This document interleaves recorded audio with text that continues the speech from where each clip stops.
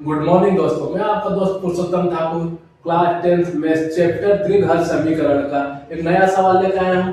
चलिए सवाल को पढ़ते हैं। क्या दिया गया है सवाल में? एक समकोण त्रिभुज की ऊंचाई उसके आधार से 7 सेंटीमीटर कम है। यदि कर्ण 13 सेंटीमीटर है तो अन्य दो भुजाएं ज्ञात कीजिए। तो हमें यह मालूम होना चाहिए कि समकोण त्रिभुज कैसा होता है। समकोण त्रिभुज की जो दो भुजाएं होती है, बेस और लंबाई या ऊंचाई, उनके बीच में 90 डिग्री का कोण बनता है। चलिए आइए देखते हैं। समकोण त्रिभुज हमारा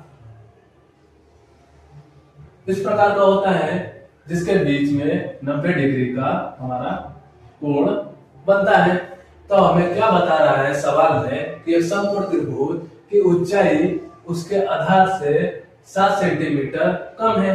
तो माना कि हमने उसका आधार क्या है, x है। तो लिखते हैं माना कि समकोण त्रिभुज का आधार क्या है, x है। तो फिर प्रश्नानुसार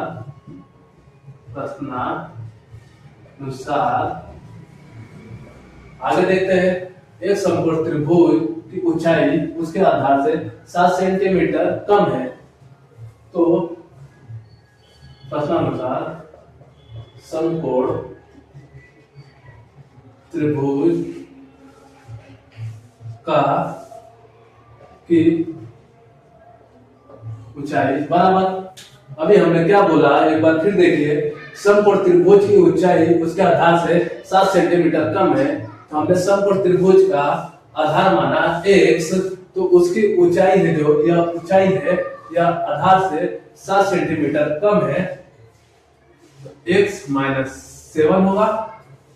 तो हमारा जो यह अभी देखते हैं डायग्राम में, हमारा आधार क्या है, x है, और जो हमारा यह ऊंचाई है आधार से क्या है, x माइनस 7 कम है।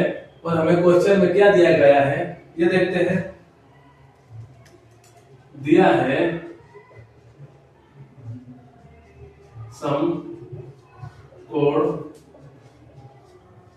त्रिभुज का कर्ण बराबर 13 सेंटीमीटर। अब देखिए एक समकोण त्रिभुज की ऊंचाई उसके आधार से 7 सेंटीमीटर कम है। उसके आधार से 7 सेंटीमीटर कम है, मतलब हमने माना समकोण त्रिभुज का जो आधार है वह x है। तो प्रश्नानुसार समकोण त्रिभुज की ऊंचाई आधार से 7 सेंटीमीटर कम है। तो ये जो ऊंचाई है x माइनस 7 हो गया। फिर हमें क्वेश्चन में क्या दिया गया है, दिया गया यदि कर्ण मतलब जो तिरछी भुजा होती है यह 13 है, तो दोनों अन्य भुजाएं ज्ञात कीजिए। तभी हम यहाँ देख पा रहे हैं कि हमें यहाँ पाइथागोरस प्रमेय लग रही है। हमारी पाइथागोरस प्रमेय द्वारा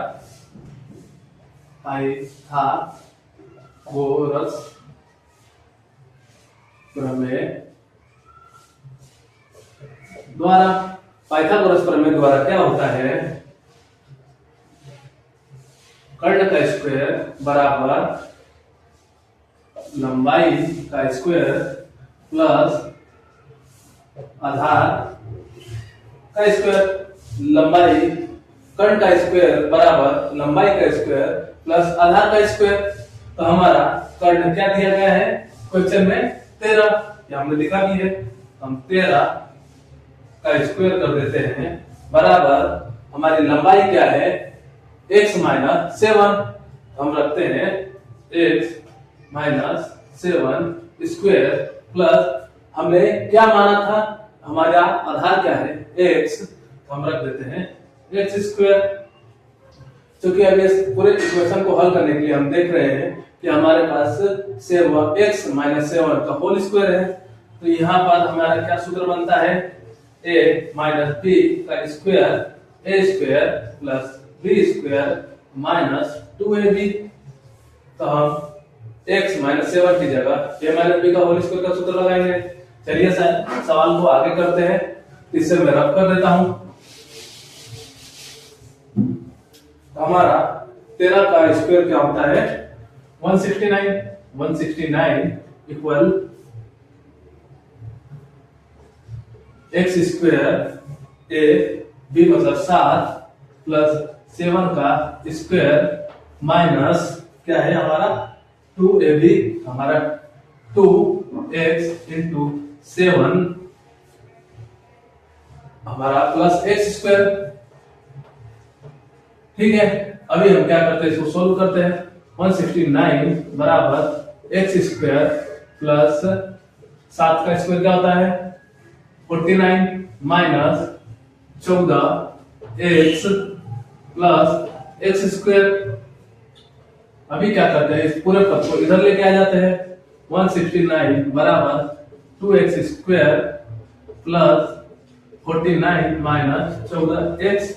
अभी हम 169 को बराबर उधर ले जाते हैं तो क्या होगा x square plus 49 minus 14x minus 169 बराबर 0। अभी हमारा x square 2x square minus 14x, अभी यह प्लस और यह माइनस का संख्या है। प्लस माइनस माइनस होता हो बड़ी संख्या का निशान आता, बड़ी संख्या क्या है हमारी 169 में से 49 गया तो क्या बचेगा 120 बराबर 0। अभी हम देख रहे हैं कि सभी पद में 2 से भाग किया जा सकता है, इक्वेशन डिवाइडेड बाय 2। तो हम क्या करते हैं x square by 2 minus 14x by 2 minus 120 by 2 बराबर 0। 2 एकम 2, 2 एकम 2, 2 एकम 2, 2 सत्ते 14, 2 एकम 2, 2 छंके 12, 0। तो इसे मैं रब कर देता हूं, अभी इसकी कोई जरूरत नहीं है। तो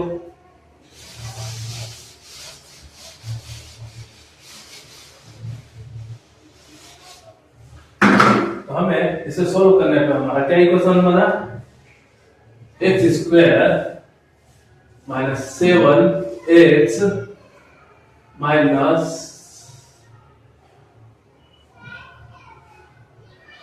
60 बराबर 0। अभी हमको इस प्रकार की संख्या चाहिए कि गुणा करने पर हमें 60 प्राप्त हो और जोड़ने और घटाने पर हमें क्या है माइनस आता है। ठीक है,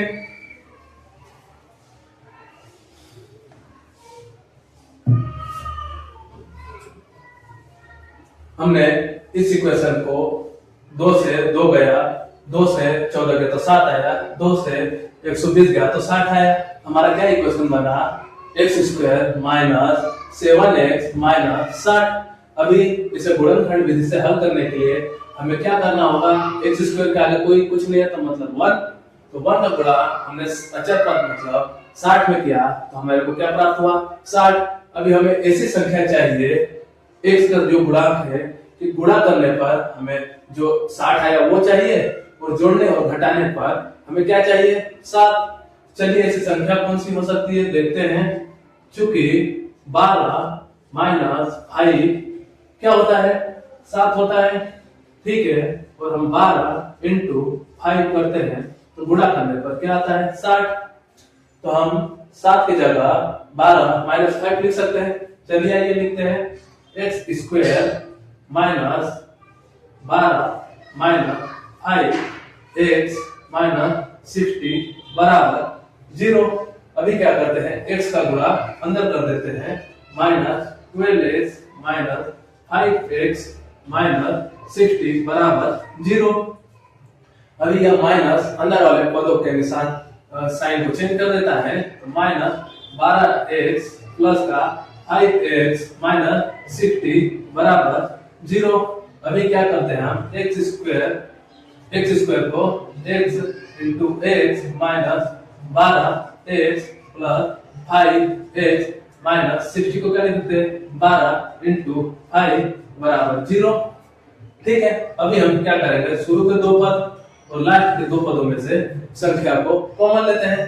तो इन दोनों पदों में x है तो x को हमने कॉमन लिया तो क्या मिला हमें x माइनस 12।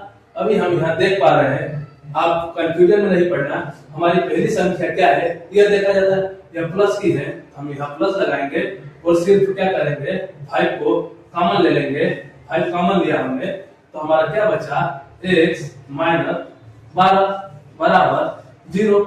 यदि हमारी यह संख्या माइनस की होती, जो यहाँ तीसरे नंबर की संख्या माइनस होती और चौथे नंबर की संख्या प्लस की होती, तो हम क्या करते हैं माइनस को भी साथ में कॉमन लेते हैं।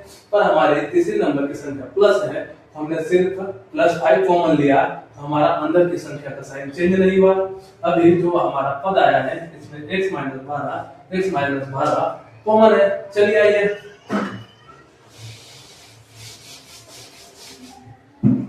तो हम क्या करते हैं, पूरे पद में x माइनस 12 तो कॉमन ले लेते हैं। x माइनस 12 कॉमन ले लिया तो हमें क्या मिला, x प्लस 5 बराबर 0। तो हम पहले पद को 0 के बराबर रखते हैं, पहला पद बराबर 0, x माइनस 12 बराबर 0, हमारा x बराबर 12।